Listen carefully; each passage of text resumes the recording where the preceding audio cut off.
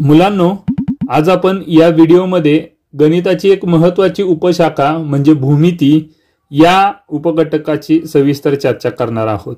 आता भूमिती म्हटलं की त्याचे मूलभूत संबोध आपल्याला सुरुवातीला समजून घेणं जास्त गरजेचं आहे, कारण याच्यावरच तर सगळा भूमिती विषय विसावलेला आहे।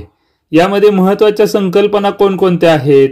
बिंदू, रेषाखंड, रेषा, किरण, प्रतल, कोन हे सगळे मूलभूत संबोध आहेत। भूमिती म्हणजे नेमकं काय, तर त्याच्या नावातच अर्थ लपलेला आहे। भू म्हणजे जमीन आणि मिती म्हणजे मोजणे। जमिनीचा आकार मोजणे किंवा जमिनीची लांबी मोजणे अशा अनेक गोष्टी यामध्ये अंतर्भूत केलेल्या आहेत आणि मग त्या आधारे आपल्याला वेगवेगळे आकार निर्माण होतात, त्यांची देखील ओळख पुढे सविस्तर आपण काही प्रकरणांमध्ये करून घेणार आहोत। त्यातील पहिला मूलभूत संबोध आहे बिंदू। आता बिंदू हा शब्द आपण बऱ्याचदा ऐकलेला आहे। बिंदू म्हणजे एक टिंब असतो किंवा एक टिपका असतो। इथे काही बिंदू घेतलेले आहेत, पहा 3 बिंदू घेतलेले आहेत, त्यांची नावेही आपल्याला खाली दिलेली आहेत। पहिल्या आकृतीचे नाव आहे बिंदू ए, या टिंबालाच आपण बिंदू असे म्हणतो। दुसरा आहे बिंदू बी, त्यानंतर तिसरी आकृती आहे बिंदू सी। अशा पद्धतीने एक टिंब दिलेला असेल तर त्या टिंबालाच आपण बिंदू असे म्हणतो आणि त्याला एक अक्षरी इंग्रजी नाव कॅपिटल मध्ये दिलेलं असतं। त्यानंतर दुसरा महत्त्वाचा मूलभूत संबोध आहे तो म्हणजे रेषाखंड। रेषाखंड म्हणजे काय, तर कोणत्याही 2 बिंदूंना जोडणारा सरळ रेषेतील बिंदूंचा संच होय। आता इथं 2 बिंदू घेतलेले आहेत, पहिला म्हणजे बिंदू ए आणि दुसरा म्हणजे बिंदू बी, आणि बिंदू ए आणि बिंदू बी यांना जोडणारा हा सरळ रेषेतील बिंदूंचा संच आहे। अनंत बिंदू घेतलेले आहेत एका सरळ रेषेमध्ये आणि म्हणून ही जी आकृती तयार झालेली आहे यालाच आपण रेषाखंड असे म्हणतो। आणखी एक रेषाखंडाची आकृती काढलेली आहे, रेषाखंड PQ। याचे शॉर्टकट मध्ये आपण नाव संक्षिप्त रूपामध्ये रेख असेही वाचू शकतो। म्हणजे पहिल्या आकृतीचे नाव आहे रेख AB किंवा रेषाखंड AB। आता ए कडून बी कडे नाव वाचलं तरी चालतं आणि बी कडून ए कडे नाव वाचले तरी चालते, म्हणजे रेख BA अशाही क्रमाने नाव वाचलं तरी सुद्धा चालू शकेल। त्यालाच आणखी एक नाव आहे रेषाखंड BA। म्हणजे या दिलेल्या आकृतीचे आपण 4 प्रकारे नाव वाचू शकतो। तसेच ही जी दुसरी आकृती दिसते ना, या दुसऱ्या आकृतीचं देखील आपण नाव 4 प्रकारे वाचू शकतो। पहिला प्रकार म्हणजे रेख PQ, दुसरं रेषाखंड PQ। आता P कडून Q कडे वाचलं तसं Q कडून P कडे वाचू शकतो, म्हणजे रेख QP किंवा रेषाखंड QP। अशा पद्धतीने आपण रेषाखंडाचे नाव वाचू शकतो। रेषाखंडाच्या संदर्भातील काही महत्त्वाचे मुद्दे पहा।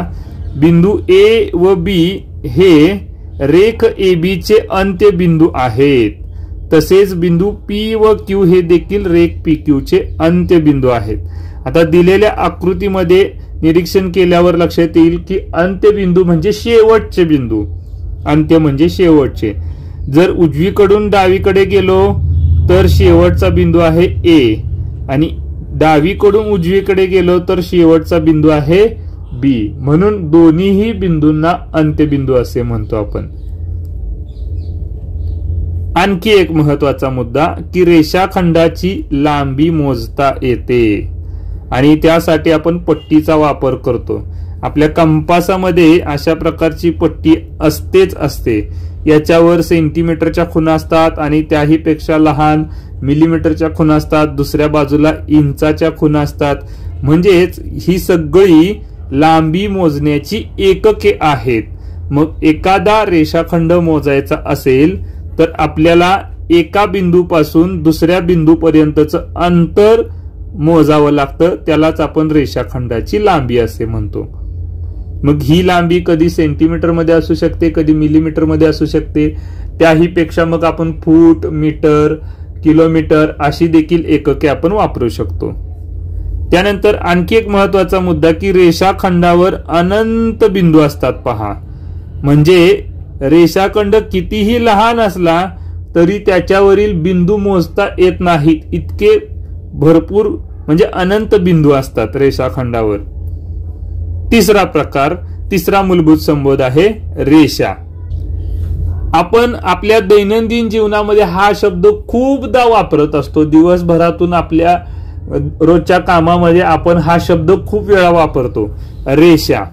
रेषा म्हणजे नेमकं काय? तर रेषाखंडच आहे, परंतु रेषाखंडाच्या दोन्ही बाजू आहेत त्या अमर्यादित केलेल्या आहेत.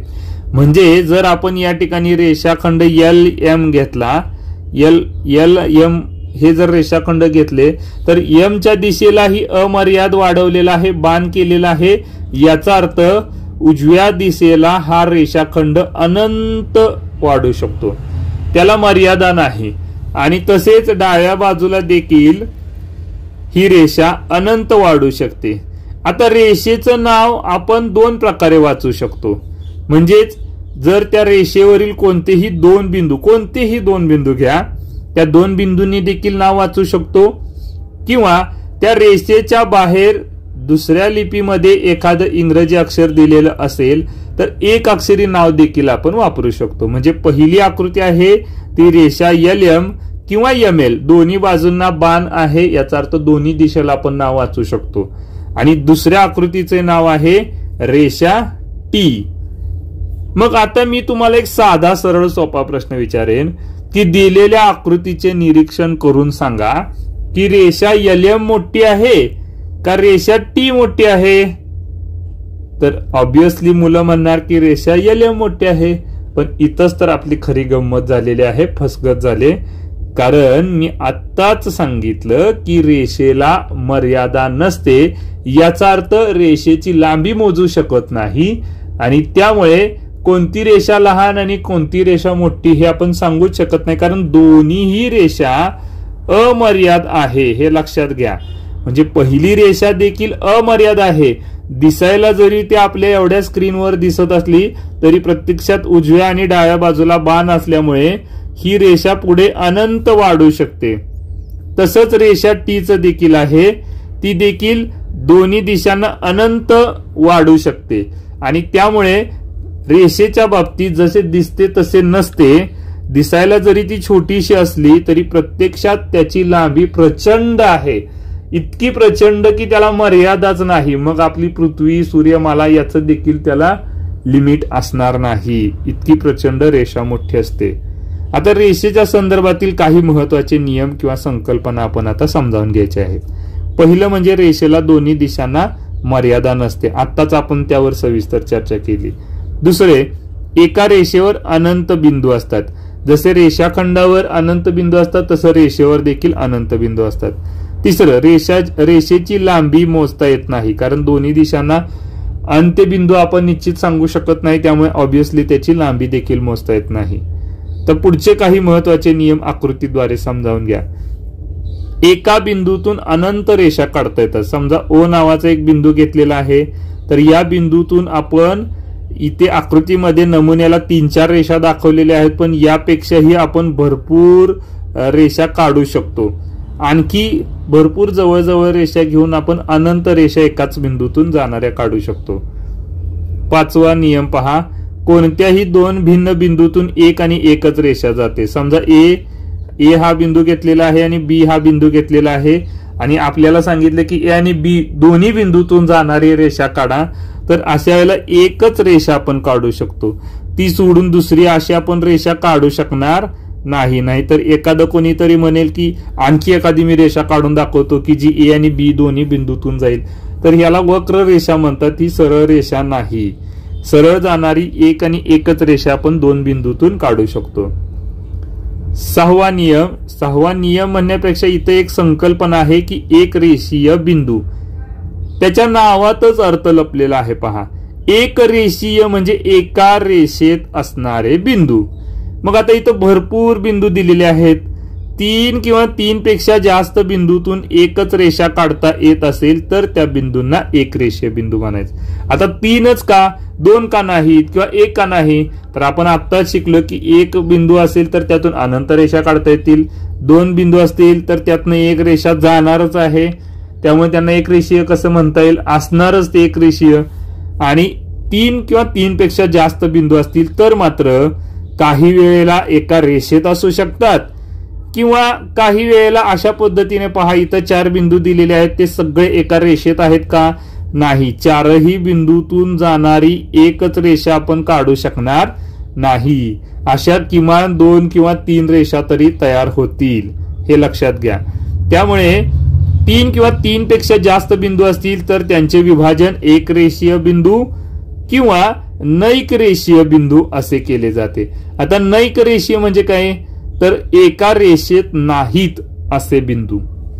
आणि एक रेषीय म्हणजे एका रेषेत आहेत असे बिंदू. मग आता एम, ए, पी, एक्स, एल, क्यू हे सगळे बिंदू एका रेषेत आहेत, म्हणून या सगळ्या बिंदूंना आपण एक रेषीय बिंदू म्हणतो. तर इथे खाली 4 बिंदू दिलेले आहेत.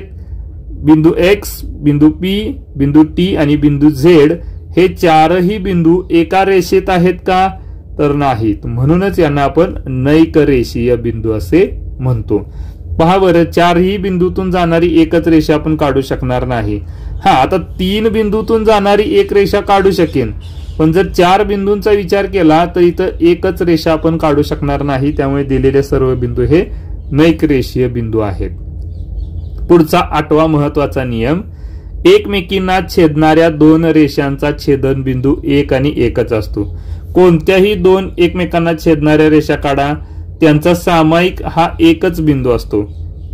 एकापेक्षा जास्त बिंदूमध्ये 2 रेषा एकमेकींना छेदू शकत नाहीत. 9वा नियम पहा, हा तर खूप महत्वाचा मुद्दा आहे, कारण पुढे यावर आपण अख्खं एक प्रकरण समजावून घेणार आहोत. समांतर रेषा. एकाच प्रतलात पण एकमेकींना न छेदणाऱ्या रेषांना समांतर रेषा म्हणतात. आता प्रतल म्हणजे काय हे देखील आपण पुढे समजावून घेणारच आहोत. इंग्रजीमध्ये त्याला शब्द आहे प्लेन, की जो आपण नेहमी वापरतो. प्लेन म्हणजे सपाट पृष्ठभाग. आपण बऱ्याचदा म्हणतो की टेबल किती एकदम प्लेन आहे, फळा प्लेन आहे, वही प्लेन आहे. तर प्लेन म्हणजे सपाट पृष्ठभाग. तर एकाच प्रतलात असणाऱ्या परंतु एकमेकींना न छेदणाऱ्या रेषांना समांतर रेषा म्हणतात. आता रेषा टी आणि रेषा यम या 2 समांतर रेषा आहेत असं आपण कधी म्हणू शकतो? जर या दोन्ही रेषा कितीही वाढवल्या तरी त्या एकमेकांना कधीही छेदणार नाहीत किंवा एकमेकांना स्पर्श करणार नाहीत. म्हणून यांना आपण समांतर रेषा असे म्हणतो. त्याच्या नावातच अर्थ आहे पहा, समांतर म्हणजे समान अंतर. या दोन्हींच्या मध्ये नेहमी समान अंतर असतं. पहा, हे अंतर कुठेही मोजले तुम्ही या 2 रेषांच्या मधील तरी ते अंतर समानच असणार आहे. म्हणून त्यांना आपण समांतर रेषा म्हणतो. जसं रेल्वेचे ट्रॅक असतील, उजवीकडचा आणि डावीकडचा ट्रॅक हे दोन्ही एकमेकांना समांतर असतात. खिडक्यांच्या साळ्या असतील, आपल्या वहीच्या 2 काडा असतील, फरशा असतील, भिंतींच्या 2 उभ्या कोपऱ्या असतील, अशा अनेक उदाहरणांद्वारे आपण समांतर रेषा समजावून घेऊ शकतो. हे आपल्याला माहित आहे. आता चिन्हामध्ये कसं दाखवणार? तर रेषा टी समांतर रेषा यम. काय केलं रे मी? 2 उभ्या रेषा मारलेल्या आहेत. 2 उभ्या रेषांचा अर्थ आहे समांतर. तर रेषा टी आणि रेषा यम ह्या एकमेकींना समांतर आहेत. हे आपण या चिन्हाद्वारे समजावून घेतलेलं आहे. 10वा नियम आहे, एकाच बिंदूत छेदणाऱ्या 3 किंवा अधिक रेषांना एक संपाती रेषा म्हणतात. खूप महत्वाचा मुद्दा आहे. त्रिकोणाच्या प्रकरणामध्ये देखील आपण पुन्हा याचा संदर्भ घेणार आहोत. त्यामुळे आत्ताच नीट समजावून घ्या की एक संपाती रेषा म्हणजे काय. तर 3 किंवा 3 पेक्षा जास्त रेषा जर एकाच बिंदूत छेदत असतील. आता इथे पहा 4 रेषा दिलेल्या आहेत. रेषा ए, बी, सी आणि डी या 4ही रेषा एकाच बिंदूमधून जात आहेत. याचा अर्थ या सगळ्या एकसंपाती रेषा आहेत. कधी कधी जर अशा 3 रेषा काढलेल्या असतील तर यांना एक संपाती रेषा आपण म्हणू शकत नाही, कारण हे 3 रेषा 3 वेगवेगळ्या बिंदूमध्ये छेदलेल्या आहेत. त्यामुळे यांना आपण एक संपाती रेषा म्हणू शकत नाही. आणि 2 रेषांना एक संपाती रेषा म्हणू शकतो का? नाही, कारण 2 रेषा असतील तर त्या एकाच बिंदूत छेदणार हे निश्चित आहे. त्यामुळे 3 किंवा 3 पेक्षा जास्त रेषा असणं गरजेचं आहे. आता पंख्याचं उदाहरण घेतलं तर जर तुम्ही पंखा घरामधला पाहिला तर त्याला एकाच बिंदूतून 3 पाटी जोडलेली असतात. मग असे जर 3 किंवा 3 पेक्षा जास्त रेषा एकाच बिंदूत छेदत असतील तर त्यांना आपण एक संपाती रेषा म्हणतो. फुलाच्या पाकळ्या जर पाहिल्या तर त्या सगळ्या पाकळ्या एकाच बिंदूमध्ये केंद्रित झालेल्या असतात. म्हणजे या सगळ्या पाकळ्या जर रेषा समजल्या तर त्या एका बिंदूमध्ये छेदलेल्या असल्यामुळे त्यांना आपण एक संपाती रेषा असे म्हणतो.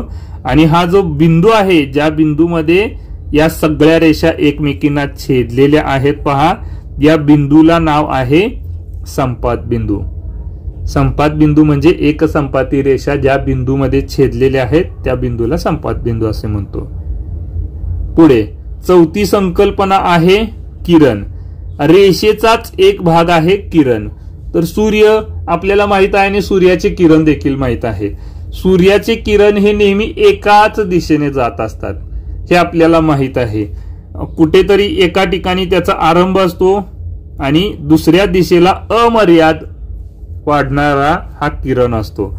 म्हणजेच जो बिंदू स्थिर आहे किंवा थांबलेला आहे त्याला आपण आरंभ बिंदू असे म्हणतो. पुढे त्यावर चर्चा करणारच आहोत. आणि एका दिशेला कोणत्याही, उजवीकडे असू दे, डावीकडे असू दे, वर खाली कोणत्याही दिशेला असू दे, एका बाजूला अमर्यादित असेल तर त्याला आपण किरण म्हणतो. बॅटरी असेल तर बॅटरी चालू केल्यानंतर बॅटरीचं जे तोंड आहे तो आपला आरंभ बिंदू असेल आणि तिथून पुढे किरण जितक्या लांब जाईल तितक्या लांब त्याची मर्यादा आपण दाखवू शकणार नाही, त्याला आपण किरण असे म्हणतो. पण किरणाचे नाव असताना एक खबरदारी घ्यायची. पहिल्या आकृतीचे नाव आहे किरण XY. ज्या दिशेला बाण गेलेला आहे त्याच दिशेला आपण त्याचे नाव वाचायचे आहे, X कडून Y कडे, म्हणून XY वाचले. यापूर्वी रेषा असू दे, रेषाखंड असू दे, आपण उलटं नाव वाचलं तरी चालत होतं. म्हणजे Y कडून X कडे किंवा X कडून Y कडे असं कसंही नाव वाचलं तरी चालू शकत होतं. पण किरणाच्या बाबतीत तसं चालत नाही. आणि जी दुसरी आकृती दिली त्याचं नाव किरण AB वाचलं तर ते चुकीचं आहे. का? कारण त्याची दिशा आहे ती उलटी आहे. B कडून A कडे असल्यामुळे त्याचे नाव आपण फक्त किरण BA असेच वाचू शकतो. त्याचे महत्वाचे मुद्दे समजावून घेऊया. तर X हा किरण XY चा व B हा किरण BA चा आरंभ बिंदू आहे. आरंभ बिंदू म्हणजे किरण ज्या बिंदूतून सुरू झालेला आहे त्याला आरंभ बिंदू म्हणतो. दुसरं, किरणावर अनंत बिंदू असतात. आता रेषाखंड असू दे, रेषा, किरण कोणताही आकार घेतला तरी त्याच्यावर अनंत बिंदू असतात. तिसरं, जेव्हा दोन किरणांचा आरंभ बिंदू सामायिक असतो आणि त्यांच्या दिशा परस्पर विरुद्ध असतात अशा किरणांना विरुद्ध किरण म्हणतात. आकृती दाखवलेली आहे. म्हणजे M हा जर सामायिक आरंभ बिंदू घेतला तर उजवीकडे किरण ML आहे आणि डावीकडे किरण MB आहे आणि दोन्हींचाही आरंभ बिंदू एकच आहे M. याचा अर्थ ML हा किरण आणि MB हा किरण हे एकमेकांच्या विरुद्ध किरण आहेत. कधी म्हणू शकतो जर त्यांच्या दिशा बरोबर विरुद्ध असतील, थोडक्यात एक रेषा तयार झाली पहा त्यांच्यापासून, आणि म्हणून यांना आपण विरुद्ध किरण असे म्हणतो. आणि शेवटचा मुद्दा किंवा संकल्पना आहे प्रतल. प्रतल म्हणजे आपण मगाशी चर्चा केली की टेबलाचा पृष्ठभाग असेल, भिंतीचा पृष्ठभाग, यावरून आपल्याला प्रतलाची संकल्पना स्पष्ट करू शकतो. प्रतल म्हणजे सपाट पृष्ठभाग असतो. प्रतलाचे काही महत्वाचे नियम बघा की प्रतल सर्व बाजूनी अमर्याद असतो, त्याला मर्यादाच नसते, कोणत्याच दिशेला मर्यादा नसते. प्रतल निश्चित करण्यासाठी किमान 3 बिंदूंची आवश्यकता असते. 2 बिंदू घेतले तर त्याचा रेषाखंड किंवा रेषा तयार होईल, म्हणून किमान 3 तरी बिंदू घेणे गरजेचे आहे. आणि एक रेषा व त्या रेषेबाहेरील एक बिंदू यांनी एक प्रतल निश्चित होतो. म्हणजे एक रेषा घेतली आणि त्याच्या बाहेर कोणताही एक बिंदू घेतला तर अशा पद्धतीने हा प्रतल निश्चित होऊ शकतो. प्रतलाला निश्चित आकार नाही, तुम्ही चौकोन घ्या, त्रिकोण घ्या, वर्तुळ घ्या, कसाही घ्या, फक्त हा सगळ्या बाजूनी वाढणार आहे हे लक्षात घ्या. त्याची मर्यादा आपण सांगू शकत नाही, त्यामुळेच त्याला प्रतल असे म्हणू शकतो. सपाट पृष्ठभाग की ज्याला चारही बाजूंनी मर्यादा नाहीत. आता आपल्याला या व्हिडिओमध्ये महत्वाचे भूमितीतील 5 मूलभूत संबोध समजले असतील. यानंतरचा आणखी एक मूलभूत संबोध आहे कोन, आणि त्याचे वेगवेगळे प्रकार पण आहेत, ते आपण पुढील व्हिडिओमध्ये सविस्तर समजावून घेणार आहोत. धन्यवाद.